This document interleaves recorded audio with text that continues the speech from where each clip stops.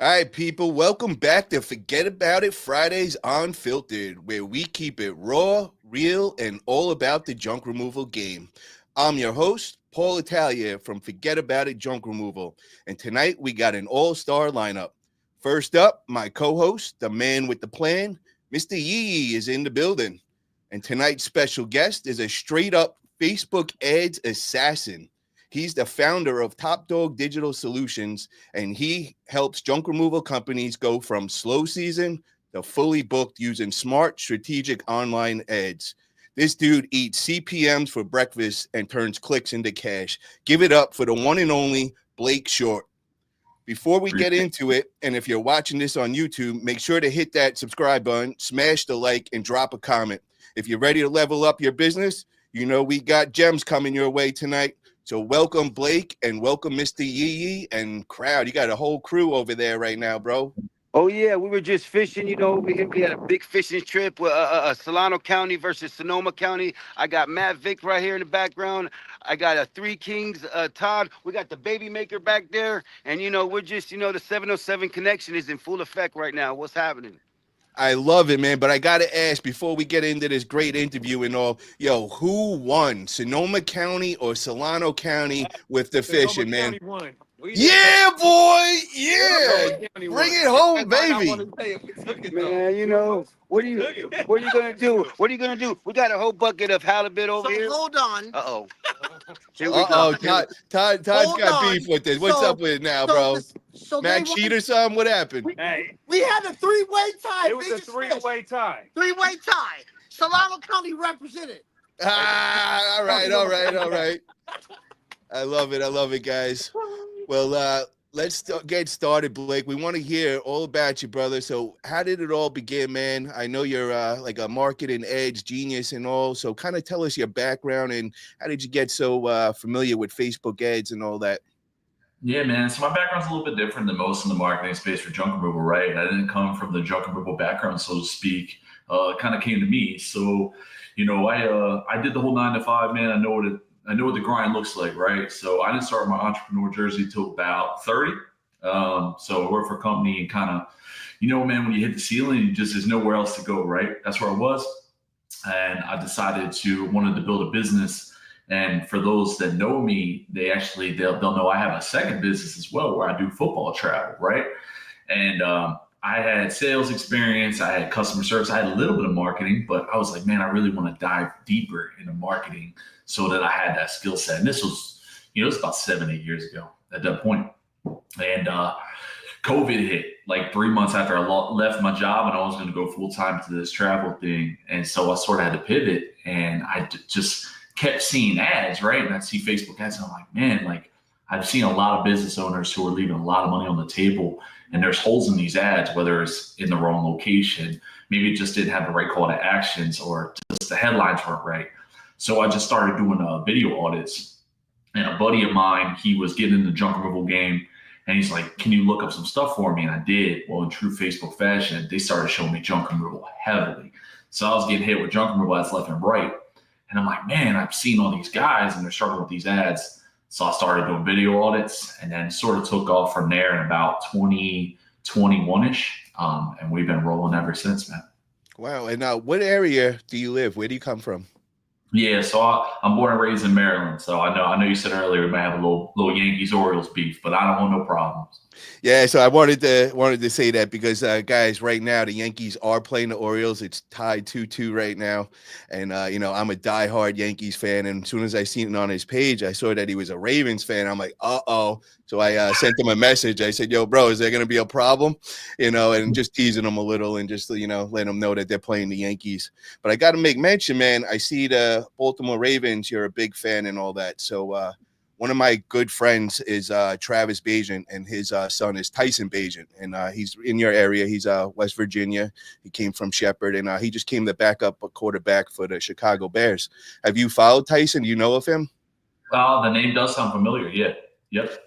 Yeah, so when I seen the football, I was like, oh, you got to know them. I used to go to all his high school games. I'd fly in every week, and we've been traveling all over the country, wherever they're playing the Bears. We've been going to the games, me and the father, and all like the arm wrestling crew and all that. Oh, that's awesome. So you've been out there in Chicago for his games? Oh yeah, bro. Yeah, I'm a big arm wrestling promoter, so we throw events all over the country, every state, and all that. So yeah, we're traveling all over the place. Field. I went there a couple years ago. Oh, very cool, man. Very cool. So let's get into things now. So I see that you're going to be talking at the Junk Expo October 24th and 25th. I see that you linked up with Sonoma Strong, Matt and Jojo Vic. So how did that all come about? And like, what's that like, man? Getting that phone call from like the couple that is just running junk removal and like, yo, we want you guys to come speak at the expo. I mean, that's got to be an honor right there. Yeah, super excited. I mean, Matt considered him the godfather of junk removal, right? So when you get that call, man, you pick up. And I had a feeling that he coming. Had talked with Xavier, who I know is connected with Matt as well, and he's like, "Hey, Matt might be giving you a call."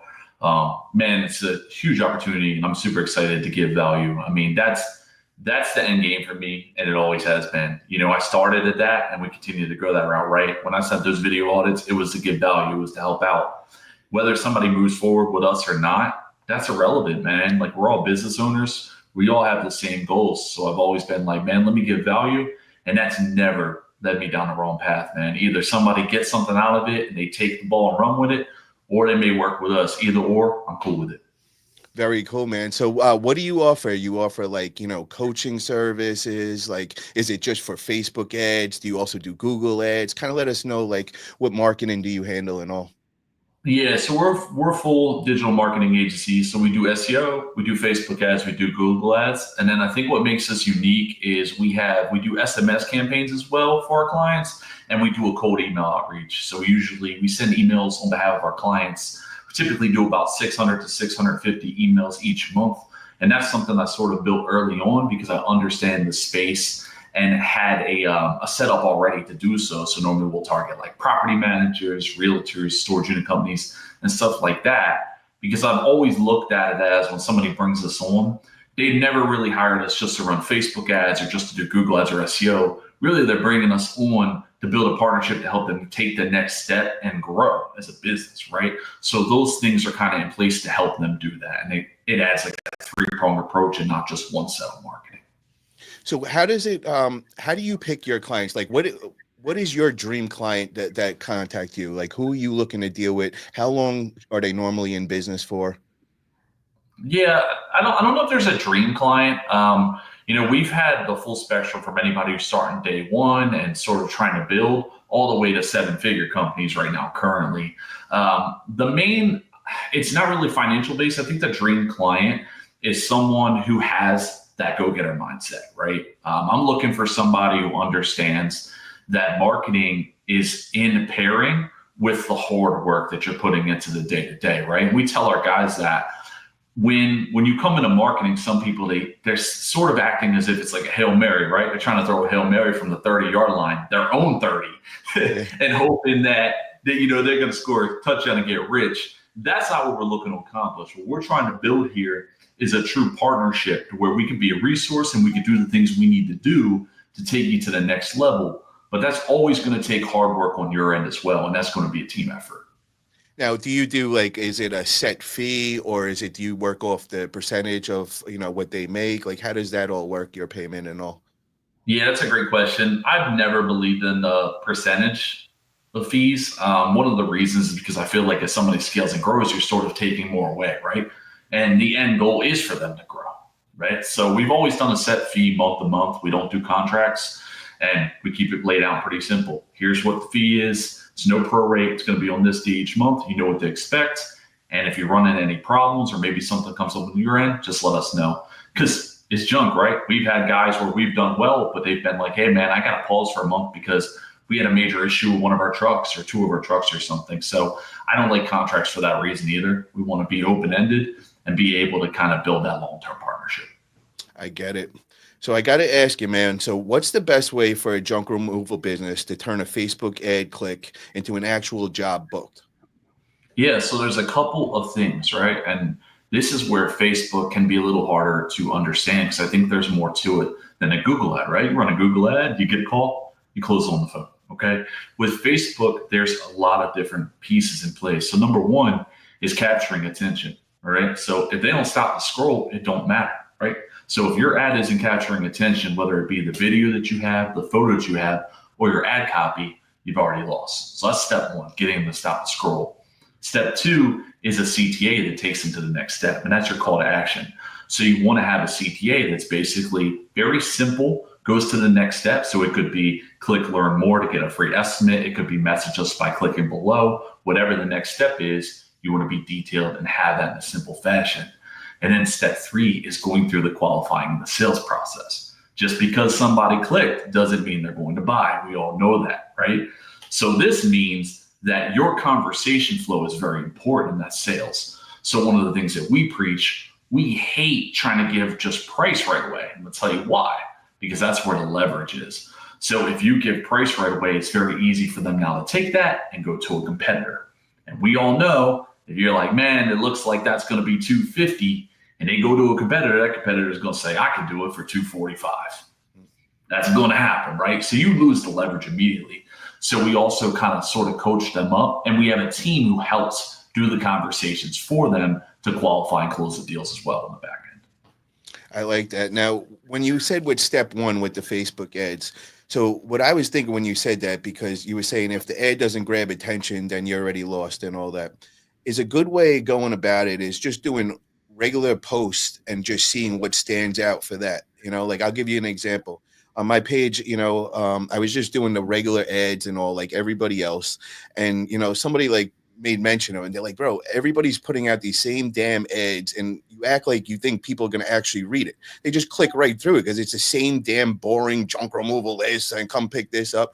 So I was like, yo, I want to be something different, man. So I started with the cartoon graphics and funny ass things like, like if you got an X that's bothering you, let me handle it. And I'm throwing an X in the trunk of a car. You know what I mean? And that's me for the junk. And that got like thousands of views. And I'm like, oh, bingo, and then I put that out on Nextdoor and everybody's hitting me up. They think it's the most funny thing it is. So it's like, that's the way what you're looking for is like, good way would be just putting out regular posts, see what gets the most likes, views, and then you kind of got an idea where the Facebook ad should look like. That's a good point to a degree. In your page at this point, it's going to be a little bit different because you have built up enough stock at that page to where you will actually see some engagement. Some people aren't going to be at that level. So even if they have something good, they still might not see engagement on the page level because Facebook is always, understand the Facebook algorithm, they are always going to give a lower amount of impressions for a Facebook page than or for a business page than like your regular profile. So you may have meant your profile and maybe I misunderstood you there, but that could be misleading because if they haven't got much traction on their Facebook business page, they might actually have something that's good, but because it's a Facebook business page, they didn't get that same amount of traction. You really have to work to get that. And that's one of the reasons, think about it. When you're on your Facebook newsfeed, you don't see a lot of Facebook business pages in your newsfeed, right? Because you'd probably hop off Facebook if that was the case. So it's two-pronged. Facebook also wants you to pay. That's the name of the game. But you nailed it in what you just said. You had something that was funny, engaging, and that's how you really take that next step in step one. Because a lot of times you try and play it too safe. We're like, let me do some before and afters, and let me just do what everybody else is doing. Well, that's what they're seeing.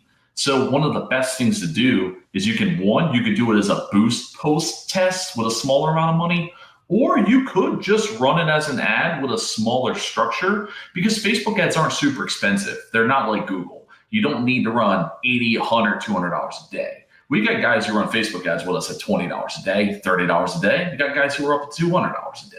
So you can do it with a smaller budget and test it out. Of course, you got to know what you're looking for. But if you have something that's really clicking, you're going to start to see some engagement, both naturally and through the ad. What's generally the return on those? Is it like 2x, 4x? Like what in general do people see on Facebook? Yeah, it's always going to vary. And I'm always very open about that. If you're speaking with a marketing agency and they're guaranteeing results, they're telling you it's going to be an exact set number, they're trying to sell you. I mean, every market is different. On average, what you really want to see and what we see on average is anywhere from, we don't want to be any lower than a 3x, because remember, a 2x might sound good, but you have to calculate costs, overhead, all that stuff. So a 3X at least starts to give you some wiggle room to start growth, right? And that's not taking into account LTV. That's just short term, which for those who don't know, LTV is lifetime value. So that's somebody who might come back in 6 months or a year. So you really want to be at a minimum 3X. We really want to be at that 5, 6X level because that's when we're starting to really scale and grow. And that's what we're really aiming for. But every market is going to be different and every strategy is going to be different. So you need to find out what works within your market.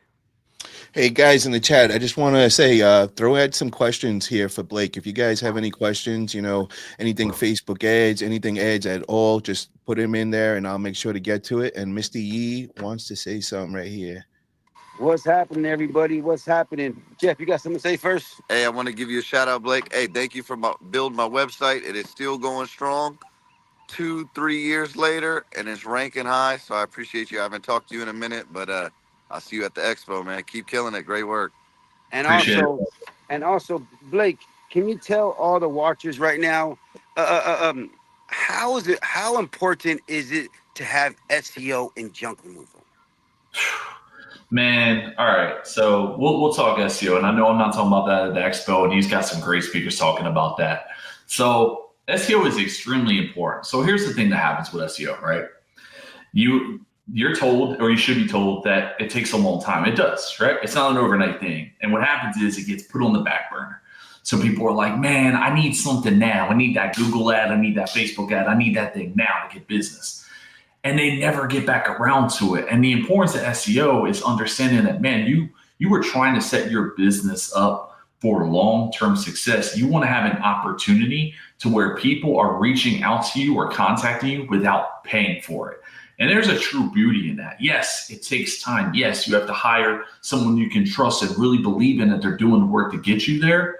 But that has always been a struggle, I think, in the junk removal space, because you have this dynamic of, man, it's expensive to do SEO and I got to wait. And they're always just trying to time that right. So you have to understand where you're at as a business right now. And maybe SEO is not for everybody right now, and you can't afford to wait that 3 months, 6 months, 9 months, 12 months, whatever your window might be. But at some point, you should be planning to put yourself in a position to do it. And we tell all of our clients that, whether it's through us, whether it's through another trusted company, for the reasons that I just mentioned, having that opportunity to really get people in without always having paid advertising. Another example is, like, I know there's some people watching right now who maybe they're doing well, but they've always ran Google ads. So they're like reliant heavily on Google ads. That is like their source. There's a lot of junk removal companies like that. At some point, the fear is, what happens if Google makes these changes or something shifts and that doesn't work anymore? You don't want to put your business in that position. I would never recommend that, and I wouldn't do that for my own business. And I'm saying that because I'm sure people realize Google has changed in ad spend. Some of these areas have seen significant increases. So that's another reason why you should arm yourself with SEO. We got a question from Jamie. She says, if it is something they find good quality content that Facebook likes, they will literally reward you themselves. I never knew that till recently. And that's 100%. And Paul's seeing the benefits of that, right? So when you think of it from Facebook's perspective, and this is hopefully this is a good takeaway for everybody. Anytime you're doing something for a platform, think of it in their perspective, right? If you're thinking of Google and SEO, think of why you're doing this and why Google likes it, right? So think about reviews, getting reviews on Google Business Profile. Well, why is that important? Other people are talking highly about you. It builds trust with Google. With Facebook, what you're looking at, and when you're getting engagement, it's telling Facebook, hey, people like this. And Facebook's ultimate goal is to keep people on their platform. That's the ultimate goal. They're like, I want people to stay on this platform and scroll and stay on here. So then we have more ads and they see the ads and we're a platform that can do these things. So when you have something that's already getting engagement, people like, absolutely. And it helps in your ads as well, because what starts to happen is you get a lower CPM, and that's a cost per impression. So usually based off 1,000 impressions. So now if you're spending $20 a day on an ad and you're getting good engagement, you're reaching more people than you would if your ad wasn't getting good levels of engagement. And that goes for regular posts as well. Even though there's not money involved, when people start liking and sharing your stuff, more people are seeing it. and it continues on and on and on again until it stops getting those likes, shares, and comments. Very nice. And Texarama wants to know, where you at? Looks like snow in the background. No, he's out with Matt and Matt Vick and the 707 crew. They're I'm somewhere in the Bay Area, but it's really, really hot out today. Real windy out as well. Out there. Yeah, they look like they're having a good time. And we got Russ in the house. What's up, Russ? And he says, what's up, guys? If you're paying for SEO, you're basically paying for leads, not on CPC basis, but money out to rank better is still money out for advertising. Also heavily dependent on market size. So how do you feel about that comment? That's correct, right? Yeah. I mean, that's not a lie, right? Now, you do have a dynamic with SEO where it can last without that. So there is a dynamic there. So for instance, and that's the difference between paid marketing. If I'm running paid ads and I shut those ads off and I pause them, that is it. Like, they're done, right? The ads are off. Same with Google. With SEO, you do have, and you can get yourself in a position where you've been doing SEO for a certain period of time and you're at a certain space, and you could pause the SEO and still get that stuff and still hold that status. Now, to his credit and to his point, yes, eventually you will start to dip depending on your competition and stuff like that and what's being done. But that dip's not overnight. You know, that dip might take a year, it might take 6 months. So I think there's a little bit of added flexibility there. And you're also in a position where there's no ad spend. So yes, while you might be paying, and that's if you're paying for somebody SEO, you could do your own SEO. If you really want to dive into that, that's not for everybody, but that potential is there. And if you're doing that, then there is no cost attached. So that's sort of the difference in the dynamic. Russ says Facebook ads or boosted posts always seem to have most foreign people with low friend count, always like your posts. Have you found something like that with the foreign? Can't you set it though, like that there's a geofence of like how far and radius of where your ads are going? Yeah, so there's two things. He's probably talking about one thing that started happening about a year ago, if I'm not mistaken, based on the comment. So one, you want to be setting your targeting properly to where you're not seeing that, right? You want to have it to where it's set in your location and it's all you're getting. What he might be talking about is over the last year, and I'm sure a lot of people have seen this and they're probably like, oh, I hate Facebook because of this. There's scammers that what they do is they look on ad library. So they don't actually see your ad. They look you up on ad library and they'll message your page. So it seems like they saw your ad and they messaged you, but in reality, they had found you, and you can prevent that. So he might be talking about that.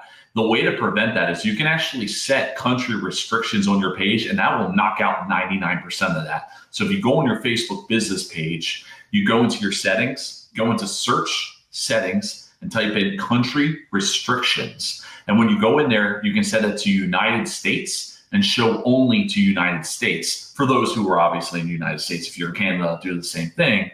But what that does is that pretty much cuts out all of the scammers who are seeing it from other countries and seeing your ad through Facebook ad library. Very good. And he says, correct. He's the only person I've heard tell you will take 6 to 12 months for it to work. Congrats on being honest. So let me ask you, brother. So there's some people out there in the industry that, they guarantee within like 3 months, of, cracking the top 3 and all that. Is that possible? Like, or like, where do you see for the most part, like time wise? Yeah, it's possible. But I think what happens is, when you're told that, you're getting a dynamic of, oh, well, I've seen this person, we did it for them, and we could do that for you. And that's not necessarily how it works. Every area is different, right? If you have a rural area compared to New York City, the timeline is very different.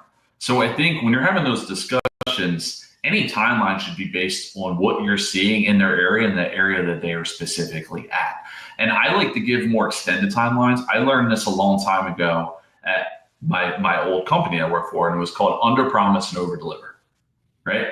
I would rather give you an extended timeline and crush it in 3 months, and I told you 6 to 12, than do the reverse, because I want to set the right expectations, and I want us to communicate freely and understanding those expectations and where we want to be. And it's another reason why I don't like guarantees. If someone's guaranteeing you something in marketing, to me, that's a red flag. I don't believe in that because there are no guarantees. Anything can change, anything can happen. Look at SEO right now. I mean, we just had Google AI mode roll out past couple weeks. Some of you may not have seen it yet. That's rolled out. That's going to shift, right? You got ChatGPT. So there's shifts happening right now. that your SEO company should be talking to you about, how can you guarantee anything at that rate? How do they know that something else doesn't come up a month from now and completely change the dynamic? I got to ask you, man, when you're first beginning, like somebody like me, I'm 5 months up and running. And what is the best way to start off as far as marketing, as far as ads? Is it going with the Facebook ads? And, I was told that's more of playing the long game, where with the Google ads, I'm going to see a quicker return. And those are people that are actively looking. So what is the best way for somebody in my position, where to start? Yeah, that's a great question. Your area is going to be a piece of that, right? So if you're in Los Angeles and you've got some money to spend, then it might be Google ads, right? You've seen like Andrew Thompson and different guys who scaled that way and recommended that.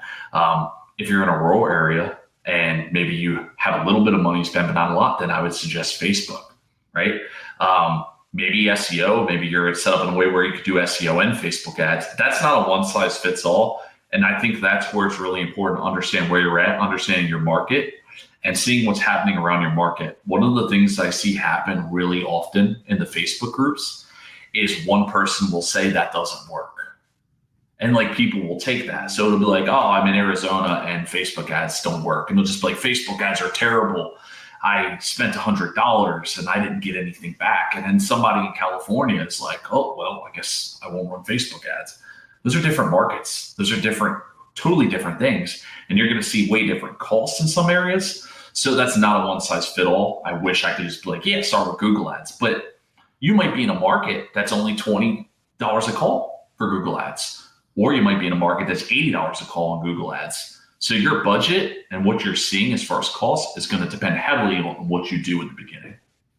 That makes sense. And so what would you say is like a good, basis, kind of plant your roots, start with your organic SEO, start building that up, knowing that it's going to take, 6 to 12 months. So somebody like me should start that from day one, because you're not really paying for that. Or, if you're doing it yourself, or if you are paying someone as well, then if you were in that position, when would you start rolling out the Facebook ads and all that? Is that like something should day one start going, or is that too early? Should you wait a certain amount of time? Should you wait, let how much money you're making or business? Like, what am I looking for to make that transition? Yeah, it's a great question. So Facebook ads, I think they come fairly cheap, right? So I would probably try and do that early on and test that out because your risk levels are lower typically. I can start to get conversations and things happen for me pretty quickly. One of the things I worry about though is I need to know where you're at as a business owner. Okay. So because that makes a big difference. How good are you at sales? What does that look like for you? So if you're somebody with a sales background, I'd probably go a little quicker into setting up ads and doing those things. If you're somebody that doesn't have a lot of sales background, or this is your first business, I may not go that route as fast, and I may focus on my organic and my boots on the ground. I might be a marketing guy, but boots on the ground is still here, guys. Like the work that you put in, boots on the ground and building these structures is important, right? The way that you operate in Facebook groups and organically on Facebook without paid ads, and the way you're building relationships and shaking hands are all extremely important. You mentioned Nextdoor earlier, right? And the posts that you put in there, the time and the effort you put there. Those are things that early on you should be doing all of those things, because that's just going to help you get on the ground running and also help you pay for marketing and have some extra dollars.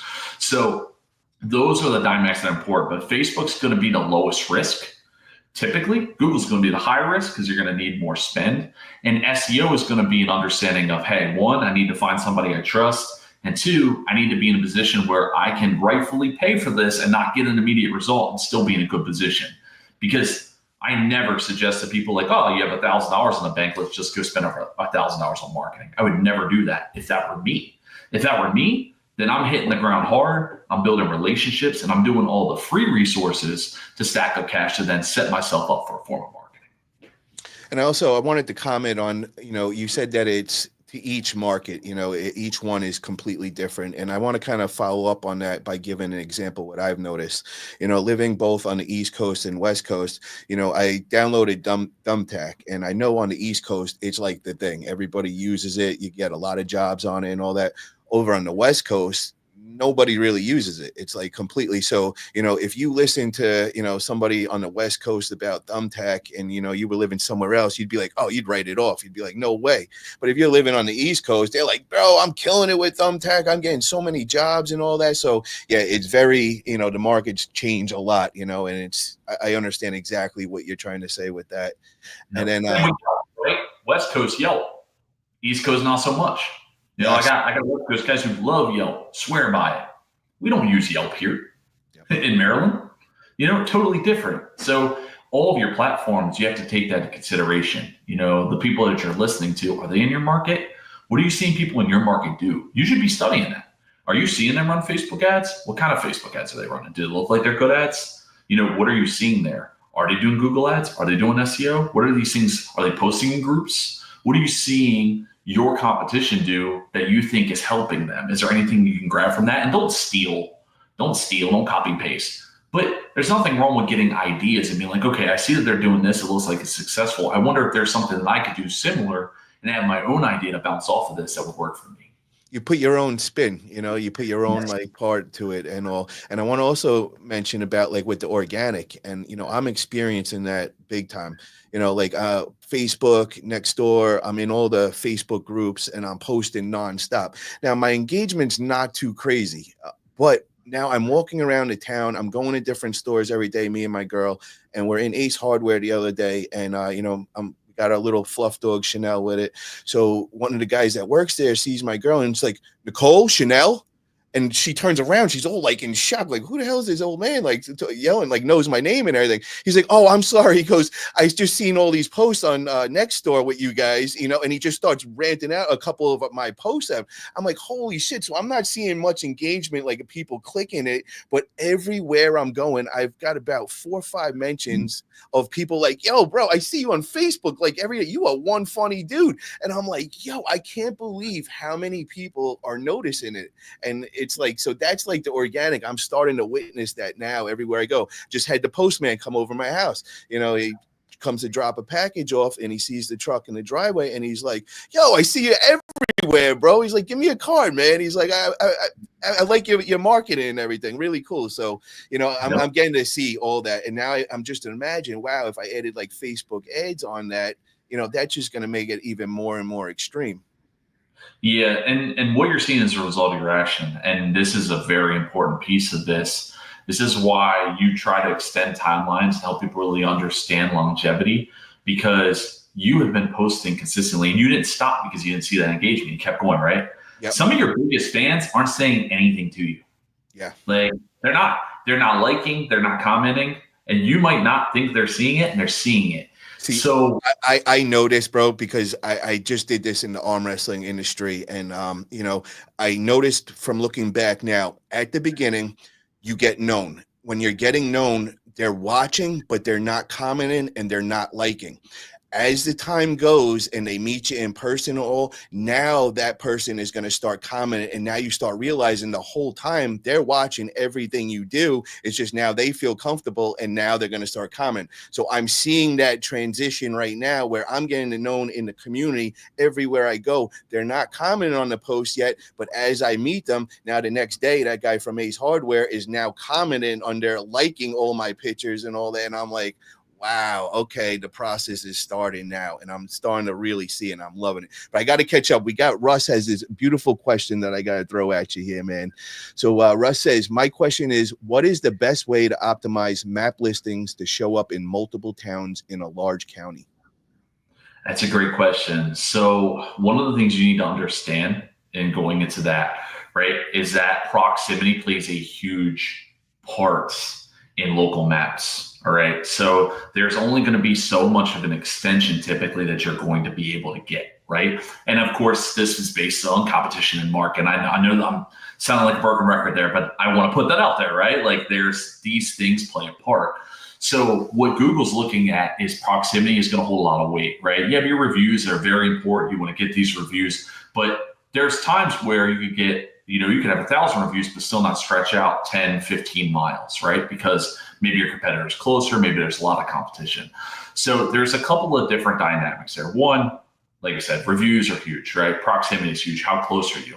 So one of the things that I tell a lot of my guys is when it comes to your maps profile is understanding your proximity. So where is your address? Is it in the busy part of town? Is it not? If it's not, then you might want to look into trying to find a way that it is, because that proximity is going to help you. Another key thing that has shifted a little bit recently is your address listed.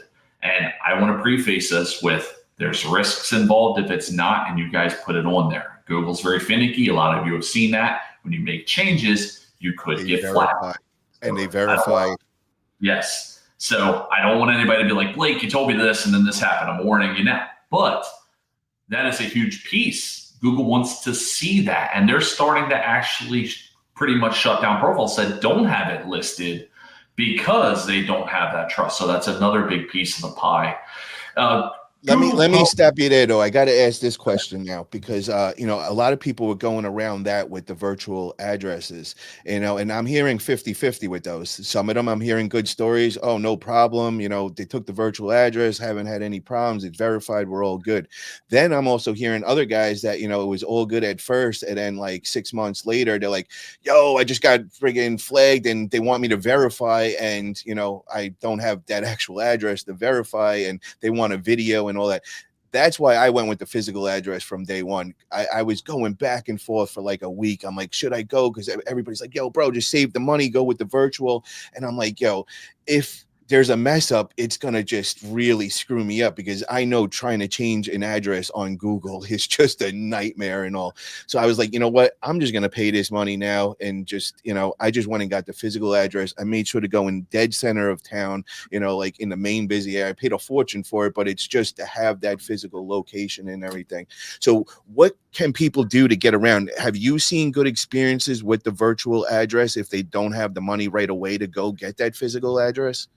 So pretty much the same thing you saw with the virtuals. I think you're on borrowed time, typically with that. It can work, and maybe it works for a couple of years and it doesn't flag, but you're on borrowed time, essentially, especially right now. They seem to be dipping really heavily into it. One thing that we've had some guys do, and I always say this again, putting it out there, it's like I'm giving you guys things that maybe Google doesn't really want you to do, but some of your competition is doing.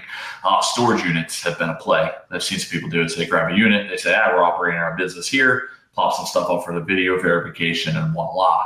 Because you think about it, a storage unit, you can get it relatively cheap. And yeah, but this is where that could go wrong, man, because a lot of times with the storage units, they see that address to another business. Once another business is listed there, no matter what, you're screwed. That's another verification flag. Got to get verified. That's the downside. So really you're playing a game that's, Google controls. Okay. So what you said is king. You want to have an address, that physical address that is in that proximity that you want to be. And that's going to be what you're aiming for. If you're not at that level right now, that's okay. But you want to put the resources together to get to that point, to put yourself in that position. Because at the end of the day, what Google wants to see is they want to see a business that has a physical address that they believe is a major business that can be trustworthy for their customers. All right. That's it. At the end of the day, Google is looking to show their customer to someone that they trust. And you are building that trust within that platform in multiple different ways, based on that physical address, based on those reviews, and then also based on how close you are to the customer. Because you run the risk of, all right, maybe you got a lot of reviews, maybe you do have the physical address, but if you're 20 miles away, what if the customer calls and you say, oh, sorry, I don't service that area? That's not a good look for Google, right? So it's understanding those things. And I said that earlier, when you're thinking about the things that you need to do or the things that these platforms are looking for, think of it in their best interest, because that's all they're framing it as, is what's best for my consumer. Kevin just cleared this up with Thumbtack. Thumbtack won't work well on the West Coast. Partnered with Got Junk. That's an interesting move right there. Wow. Yeah. Yep. And then we've got Russ saying, I've seen multiple Got Junk franchises use both town and city names and zip codes in their location services part. Is there an advantage using zip codes over town names? Not that I've seen, but we're seeing a pretty, there's always a shift. And this is one of the things, like the information once you guys understand, like the information I'm giving you today might not be valid 6 months from now. like literally, like it shifts that much in everything, right? In Facebook. So what I would suggest is if you're working with someone, to continuously have those conversations of what is happening and what is working right now, and be armed with that information and doing your due diligence as well. There's a lot of different strategies with the franchises. I mentioned that earlier, where they're like, oh, I got 1-800 jump this or that. There's a lot of things happening, and I think the franchises tend to get away with a little bit more than the local guys. I think we can all agree with that. But those things, I haven't seen it yet, but that could change. And my biggest input would be, when it comes to anything organic, Facebook, Google, is that know what's happening, and be, if you're hiring somebody, be having those conversations with them, have check-ins with them and talk about what they're seeing, what you're seeing, because things are going to consistently shift and you want to be on top of that. And they're currently shifting as we speak. We got a shout out. We got Xavier in the house, man. Xavier has been MIA from social media for some time, but he has popped on and he just said, haven't been on YouTube in a while. Then boom, your podcast pops up. Paul, mad respect, brother. Blake's a real one. Hell yeah, brother. Appreciate that, Xavier. And Xavier, hit me up, brother. We got to get you on here, man. And I know you went MIA on social media, but if I could just get you on, man, I got to pick your brain. I'm evolving. I'm getting a little more knowledge in junk removal. So my level of questions for you are raising as well. And I want to get you on here again, brother. So look forward to that. A gem, man. So I want to figure out, how would a junk removal company know if their Facebook ads are actually working? Like, how do you track that? Yeah, so you have a couple different dynamics you want to track, and you don't want to weight some of them more than others. And I'm going to go into examples. First, you want to see your costs, right? What is it costing you? So on average, you're able to shift the video, which I highly suggest. I know that's uncomfortable for some people, but that's what's working, and that's what your customer's consuming right now, right? They are consuming video content, and it's also where you get your best bang for your buck on Facebook. Typically, on average, right now, we're seeing as low as $5, $5 a lead, and typically with video, the high end would be a 17, 18, unless we're doing like a clean outs campaign and something that's structured to where we're like, hey, we'll let our costs go a little bit higher because we're seeing a higher quality. That's important for me to bring up, because that metric, while it's important, understand, guys, that is not the only metric, because you could get $6 cost per lead and not be closing any deals. Then we have a problem. So we need to look at what's our return based on how much revenue we got in, right? So are we tracking the jobs that we've not only scheduled, but the jobs that we have closed, okay? Because there's a difference between the two. That way we can track our return. How much have we spent? How much have we made? So those two dynamics are going to be some of your biggest there, your costs, and then obviously understanding your return. And they are relatable in some way, but some of you are going to have a sales problem. Let's tell you that now. So if you might have a great Facebook ad, but you're not closing because there's a hole in the conversation. So that's one outlet you need to look at. How are these conversations going? Am I too slow to respond? Am I diving right into price? Am I missing something along the way with these conversations? So you might have a hole there if you're not seeing that second part. If you're having a hole in the first part where your cost per lead, odds are there's something wrong with your ad copy, or it's an image or video issue. You just don't have what you want to capture the attention and get them to the next level. Maybe you have a hole in your CTA. This is why it's really hard, because there are so many different layers and you're trying to perfect them. So this does make it a challenge. But Facebook is not as complicated as I think most of you are probably making it seem. If you hop on Facebook ad library, you're able to see ads, and you could sit there and go, okay, if I was the customer, which one of these ads would make me take the next step? Okay. So you want to first act as if you're the customer and go through those ads. Take a couple of those ads and then get an idea. All right, based on these ads, what can I do to spice this up for my own company? Do this. So Paul, earlier you talked about how you had some fun with throwing the X in there, right? That kind of ad is going to work.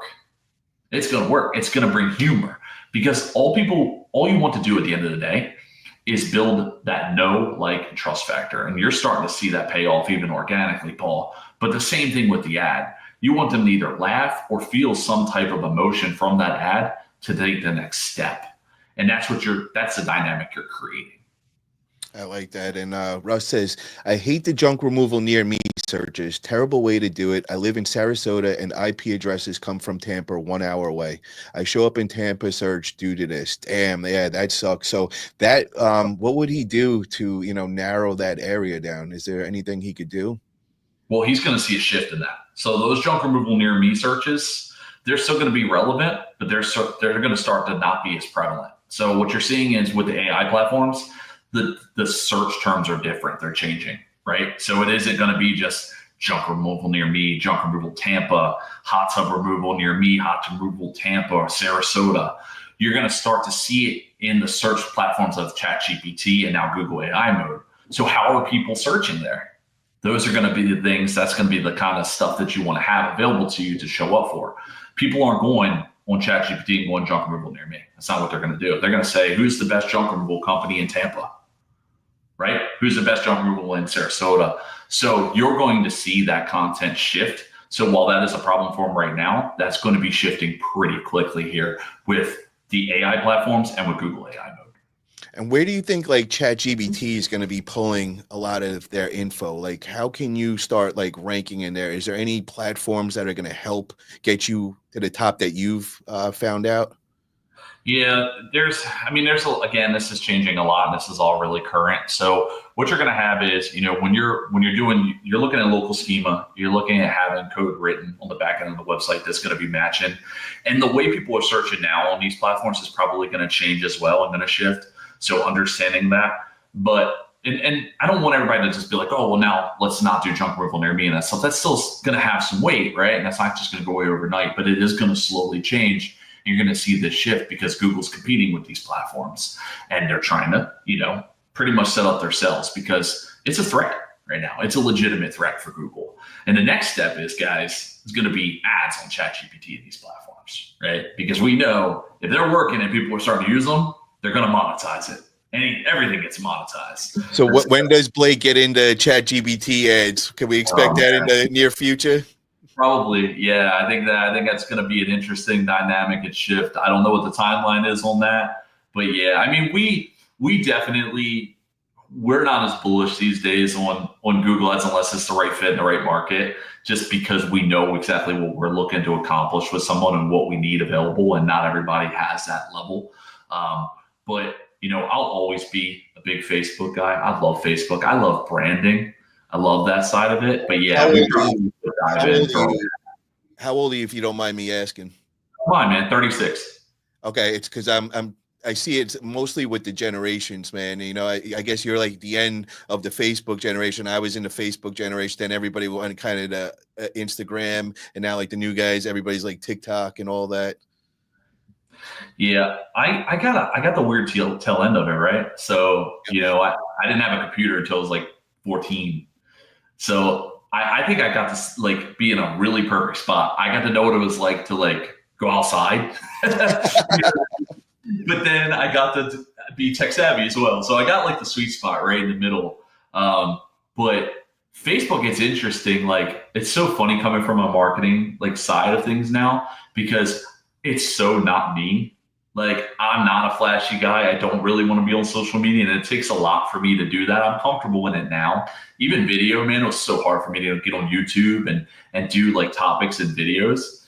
And still sometimes it is, but I know how useful it is. And I want to say that because there's somebody who's in the same spot as me, who's like, man, I'm not really comfortable posting about these things and posting about my family or my business. And I understand that.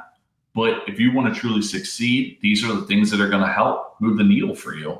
Getting on video and showing what you're doing, right? Talking to your prospective customer, showing how you do these things, you're going to have a leg up.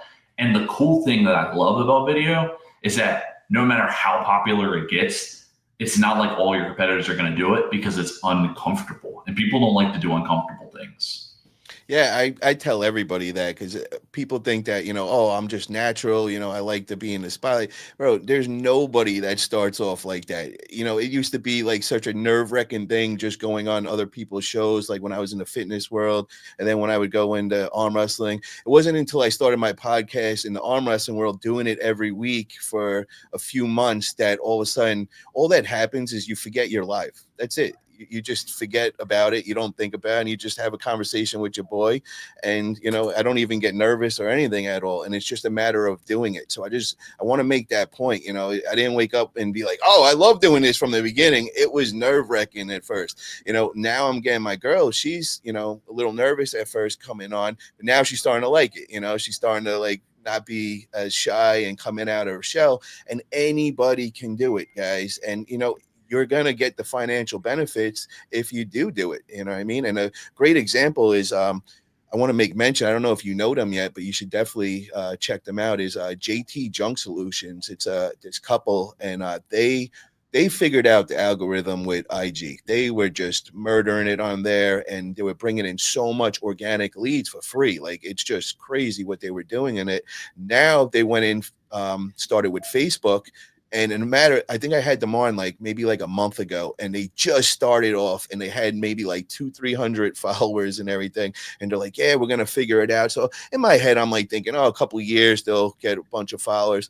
Well, now they're on like 3 or 4 viral videos, like that hit 1 million videos in like the last like week or two. And every day you look at them, they're up about 5,000 more followers and everything. And it's just, they're killing it. So that's what you're looking to do. These people aren't paying for anything. The most they're doing is boosting, you know, like Facebook boost. They're doing Instagram boost and all that. So, you know, guys, that's, you know, people are paying thousands of dollars to get those leads. These people are doing it for free. So that's what we're talking about here, you know, and just don't be scared. Get yourself in front of that camera, you know.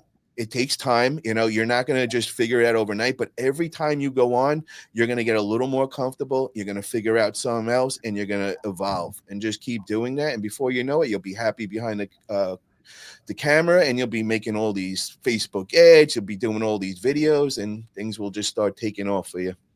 Yep, 100%. And don't look at the views and everything right away, and use it to be like to put yourself in a position where you're almost like, oh my goodness, it's not working.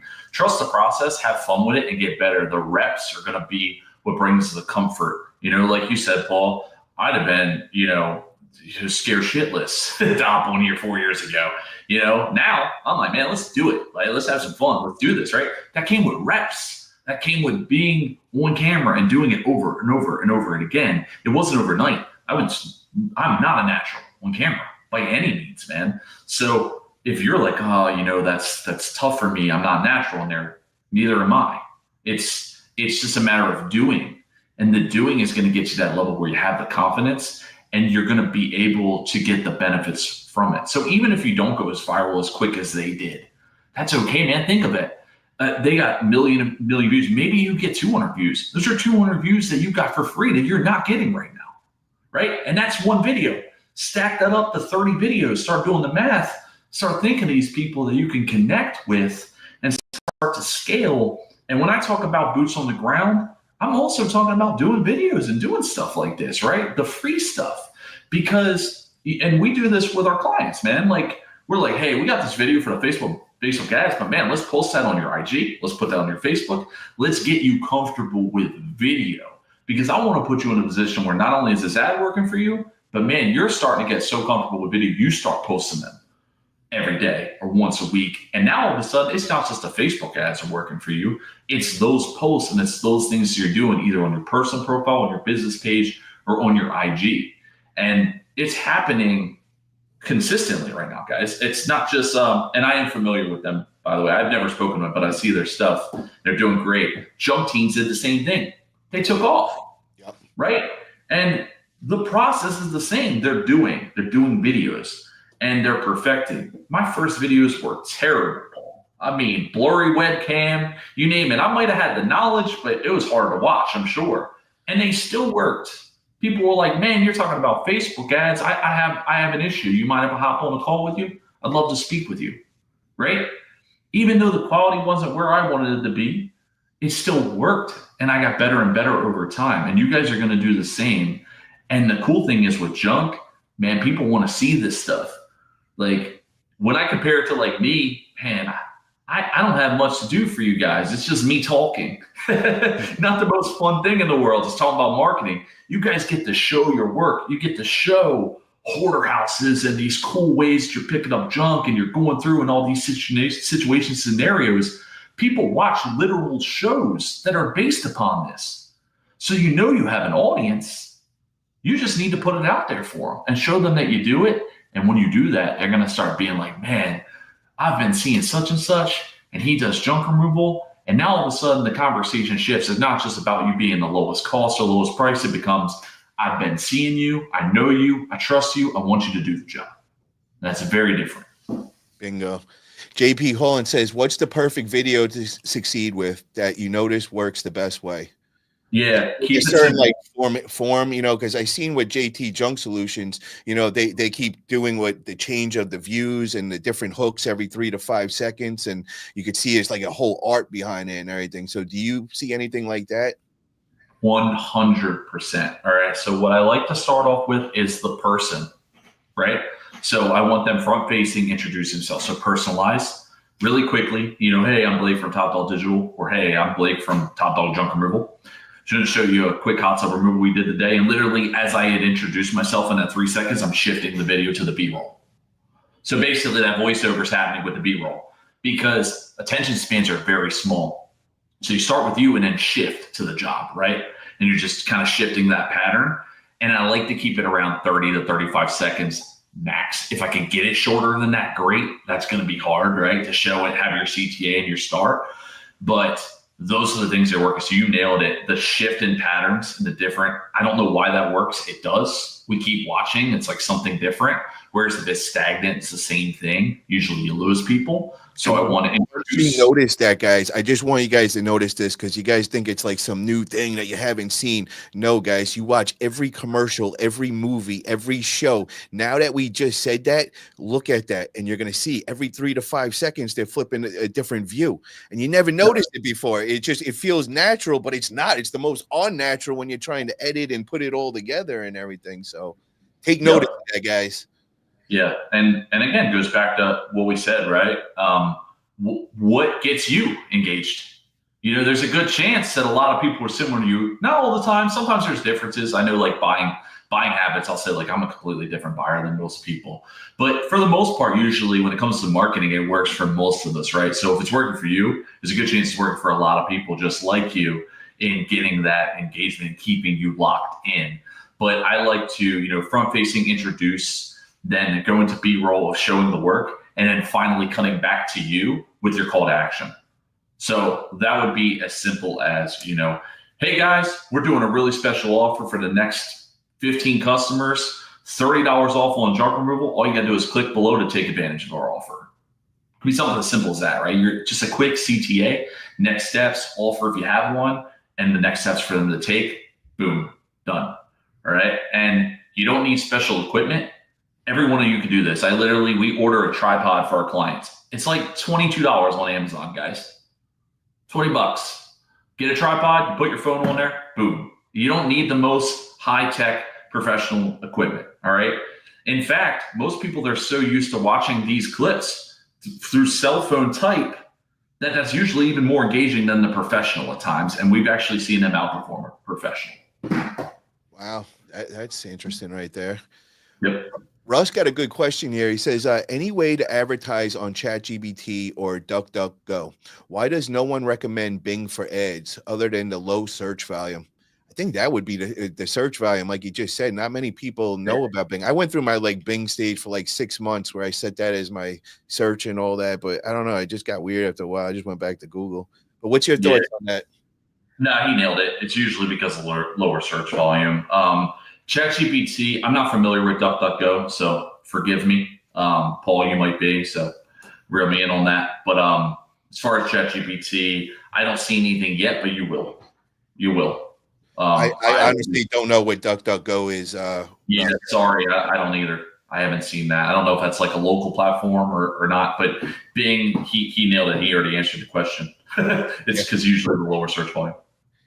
And then Josh says he is absolutely right. I was bored and tried to convince my company the best, and for ChatGPT to always mention me, and it gave me a huge questionnaire to fill out.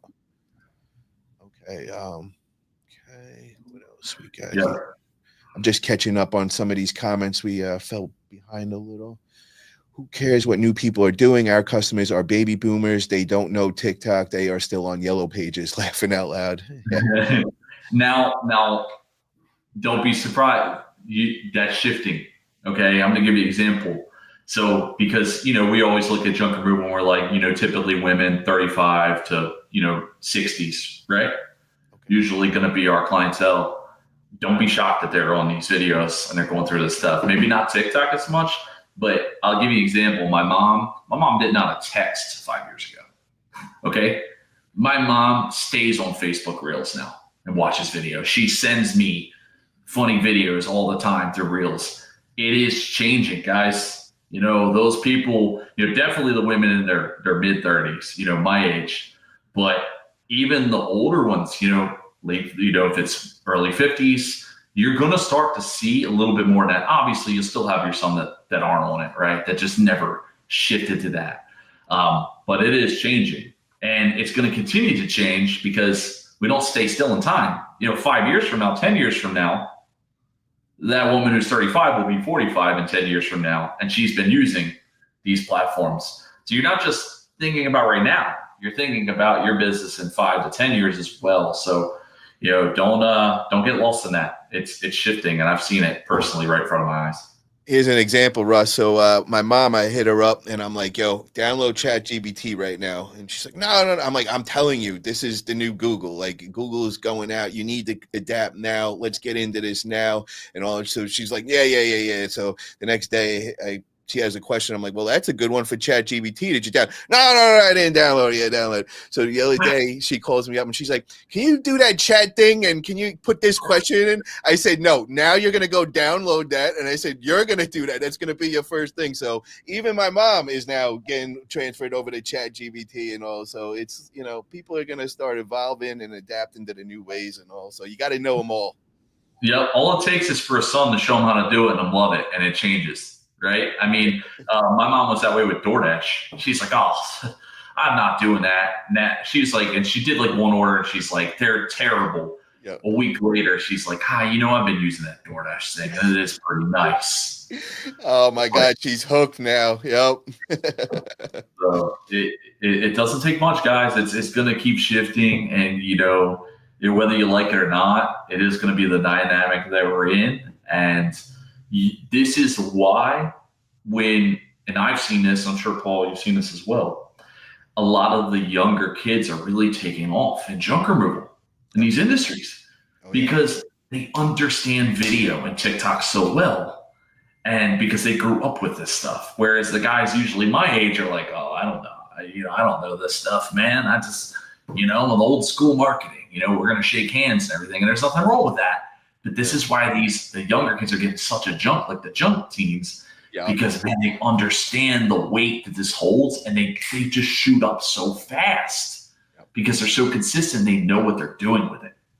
Yeah, I see it all, man. I see all these young bucks, 16, 17, even, junk teens are a little older now, but I'm seeing like, dude, 16, 17 starting his business, and you're like, holy shit, man. And they're doing it the free way with, using the platforms for free. And, that should be everybody's goal. And I see a lot of people like the old school were like hating on some of these newbies and, oh, what are they doing? They're telling the customers the price. That's what they were all saying about JT Junk Solutions and all. And I'm like, guys, you shouldn't be hating on them. Like, they are cracking the code and figuring a way that we don't got to be spending thousands of dollars. If we could replicate what they're doing, they're getting all free leads. And isn't that what we're all here trying to do? Or, minimize marketing, that we're not just, with Google just shelling out crazy amounts of money and everything and hoping that we're seeing the returns. I like the new ways they're finding, that free organic marketing and everything. Yeah, they're laying the blueprint, right? Follow the blueprint. It's working, and understand that, I get it, guys. There's something I see it all the time. All these YouTube guys are ruining the industry. It's saturated and stuff. But it's like, take some of the blueprint, guys, and use it to your advantage and use it to grow. Because at the end of the day, that's what we're all trying to do as business owners. We got a question from Mr. E. I'm going to take off the mute right now. They're in the car. He says, Blake, would you be willing to give a review on someone's Facebook campaign, even if they're using someone else for their campaign, and give your review on what needs to be improved? 100%. And I won't BS either. I just had a call literally before we hopped on, and I went through a campaign. I'll tell you what they're doing great. I'll tell you some things they can improve on. I don't mind whatsoever. It goes back to right when we started. Still giving value, helping people out, man. Whether you work with me or not, that's irrelevant. I'll give you what I see, give you the expertise that I've accumulated on Facebook and junk removal, and you can take it for what it's worth and go to take the next steps from there. Well, I want to say, bro, I am loving all this and everything. I know I have you on for a while now. I just want to finish off with a couple quick questions, before we call it a night and all. But I just want to say, man, there is just so many gems that you're giving tonight, and I'm definitely going to go back and just kind of like soak all this in, man, because a lot of gold here, guys, a lot of gold. I haven't heard too much about with the Facebook ads and all. Mr. Yee, would you like to say anything, man? Are you on your way home? Like, what are you guys doing over there right now? Oh man, we got Todd right there from Strong Sons, and we're just wrapping it up, taking it to the house. But that was my question. You know what I mean? For Blake, can he, if someone's using, Facebook and they hired a campaign manager to run their Facebook boost and post and everything, would Blake be willing to, over give his a review on it and recommend what could be done better? And he answered that question. Thank you. And Blake, what you're doing, you know what I mean? Reach out to the Yee so we can talk, and we'd love to work something out. And but you're doing a good job, and keep up the hard work. And everybody support this guy. He's going to be at the Junk Expo 2025. Show up, reach out to this guy. He can help you out, and you won't know if you don't ask a question. So reach out to the guy and let him give you some insight, because I'm sure he can work with everybody and everybody's budget. And I want to throw in there a plug. We're talking about the Junk Expo getting thrown by Sonoma Strong, Matt and JoJo Vick. It's going down October 24th and 25th. We got 12 of the top gurus in junk removal all coming together. It's going to be a weekend of fun. Make sure to get in touch with Matt and JoJo. Buy your tickets over there. And we just added some more fun things to this, guys. So things got a little spicy with me and my man Aaron from Shamrock Holland. Aaron went out and he put an arm challenge out to the industry. I seen that. I was like, oh, I'm going to jump on that. You guys know my background as an arm wrestler. I was like, yeah, bro, what's up? What challenge we talking about? He's like, you named the challenge, baby boy. And I was like, oh, let's have an arm wrestling match at the expo, man. Best of 5 right-hand match. So, he told me he was going to go get me sized up for some Pampers and all that. And, we got this match locked in. So, guys, October 24th at the Junk Expo. It's official. It's going down. 5-hand round super match. Me versus Aaron. It's going to be a good one, guys. So, we're just bringing some more hype and energy to this. So, we're going to have a little arm wrestling fun. And then there's one more challenge I want to put out there. So, I was in the Facebook groups and everything, and it's a little wild in these groups, man. But, I was posting the video about using a hot tub sled, and I was just showing some of the benefits at some of the jobs that I had that were like really heavy things. And I was demonstrating using this sled. Well, this guy, I call him Lonnie Big Time Walsh.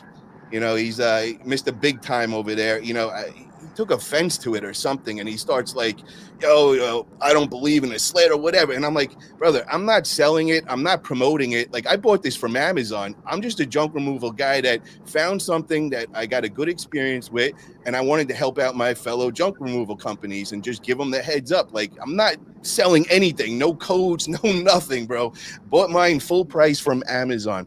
Well, this dude was just like going at me, like, just like, he started trying to big time me, and he's like, you're cute with your little sled. And then he puts his big equipment, like he had some power equipment, and, kind of just like, okay, son, get out of here with your little sled and all. So, I went back and forth with him a little, and, might have talked a little shit to him. So I challenged him to a left hand. I know I'm locked up with my right, but Lonnie Big Time Walsh, man, I'm one of those guys, bro. Like, if you're going to troll me or whatever, you better back those words up, my man, because I'll come and get you right now. So you want to come and challenge me? Let's go do it at the expo. You said you're not going to the expo? My man, put up $1,000. I'll travel to you. I'll have a table delivered to your front lawn. We'll put the camera up. We'll set it all up. Let's handle this like men, bro. Get on with me. Back those words up, big guy.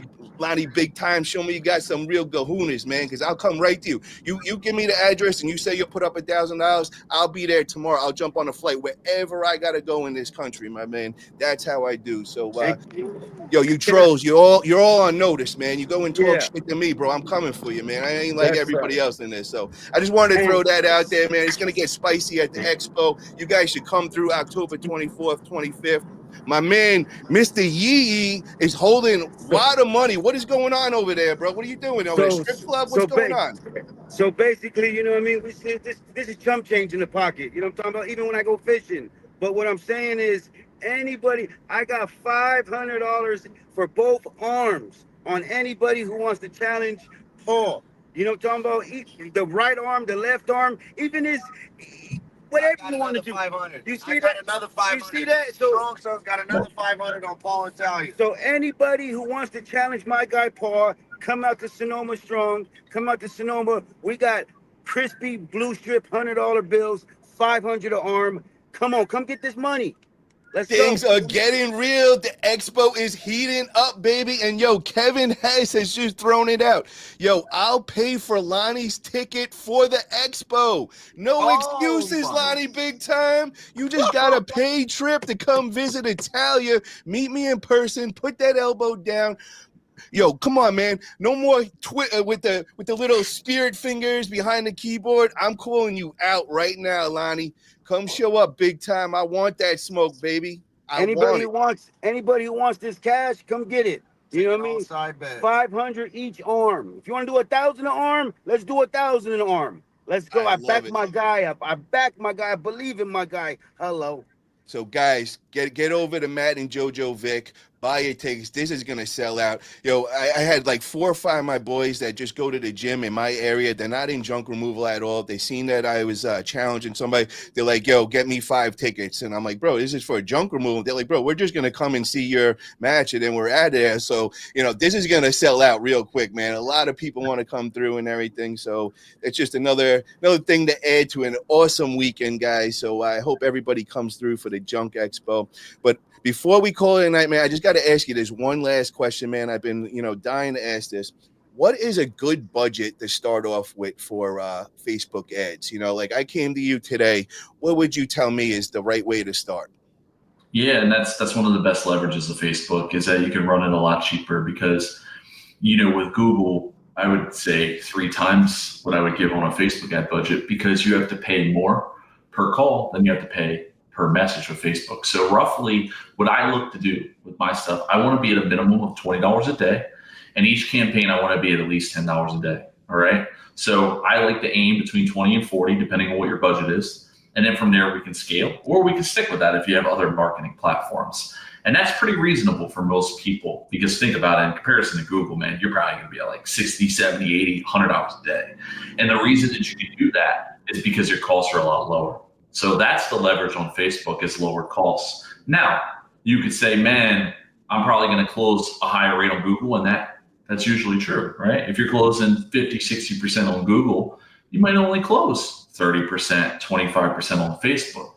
But its leverage is you're also going to get maybe 8 times the amount of leads, 10 times the amount of leads, 7 times, 6 times the amount of leads.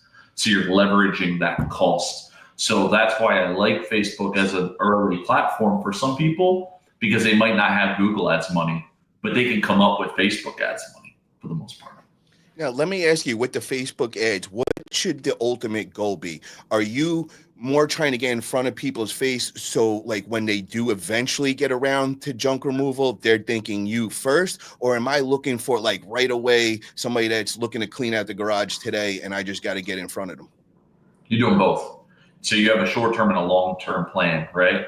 So number one is with the long-term is exactly what you mentioned, right? You're having people who aren't going to act right now, but they're going to be seeing you enough to where when they need junk removed, you're going to be the go-to guy. So that's kind of the long-term, right? And that's where the branding comes into play. That's another thing too. You're going to have some things come from Facebook that you just can't track, right? Maybe they saw your ad 5 different times. They needed somebody for junk. They went to Google. They saw your name. They said, man, I've been seeing their Facebook ad. Let me call them. That's a metric you just can't track, right? That's branding. But that's sort of the long term. The short term is Facebook as an algorithm knows people who are recently searching for this stuff. They know how to target people. They're smart. So you will get people who have a need now. And that's where the qualification process comes in. You want to make sure that you're asking those kind of questions when you're going through that process. Hey, when are you looking to have this done?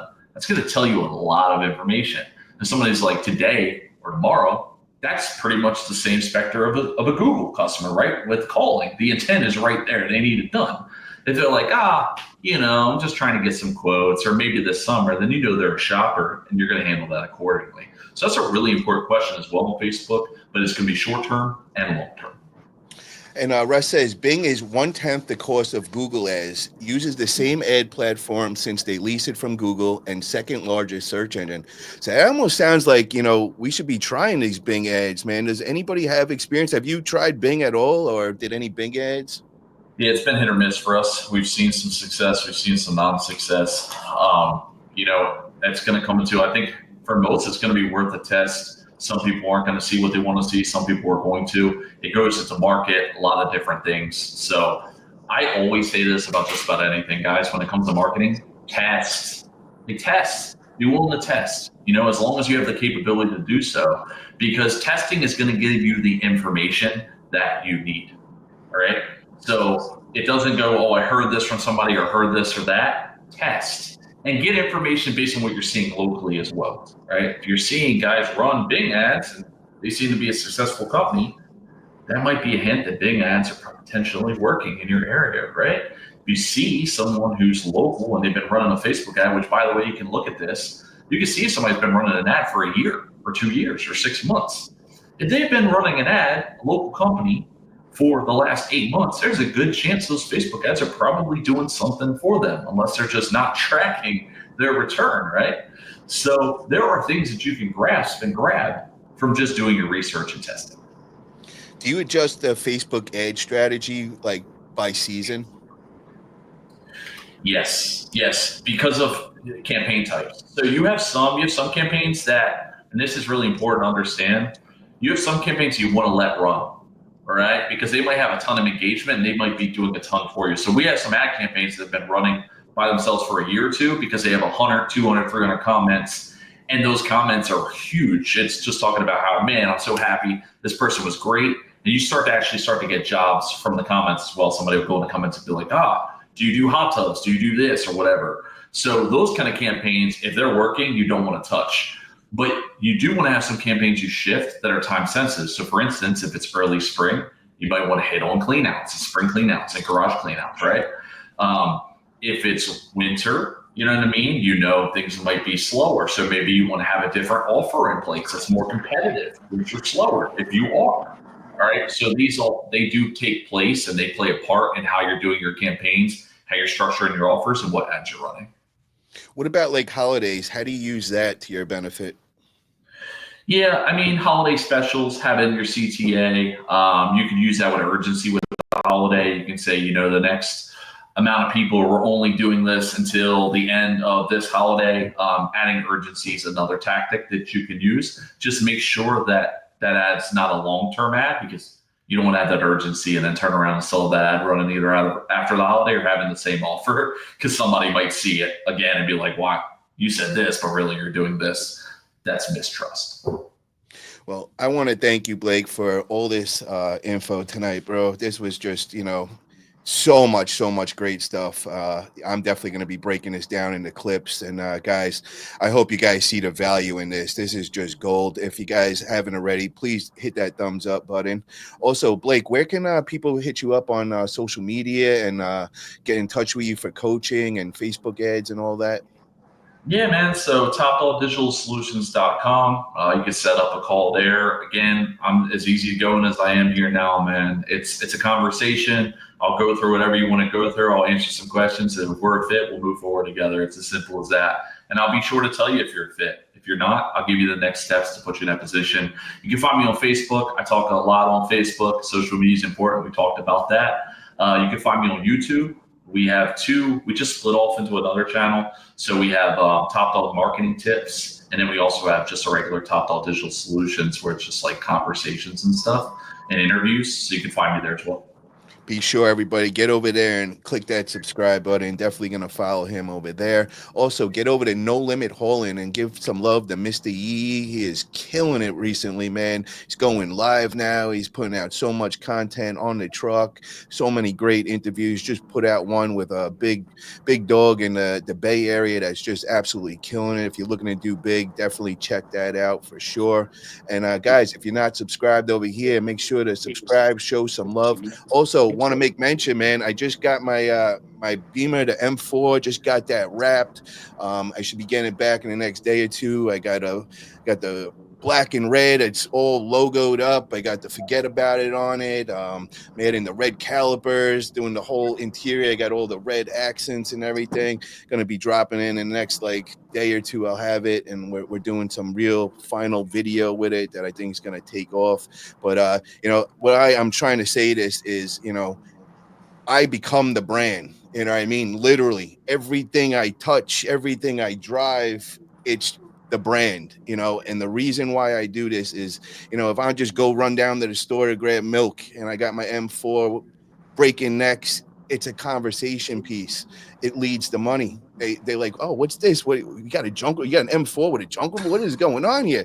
Now I start telling them what I do, everything, and it just starts the conversation off. So everything you do, man, should be looking the brand and just get more eyes on you. The more attention you get, it equals money. So just throwing that out there, guys.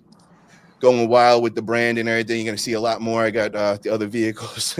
I'm getting in touch with my other places and getting somebody to wrap those in those areas as well. So in the next couple of weeks, you're going to see some other crazy shit going on with Forget About. But guys, thank you for tuning in tonight. Blake, again, thank you for a great interview. Mr. Yee, shout out to Jeff and the 707 connection.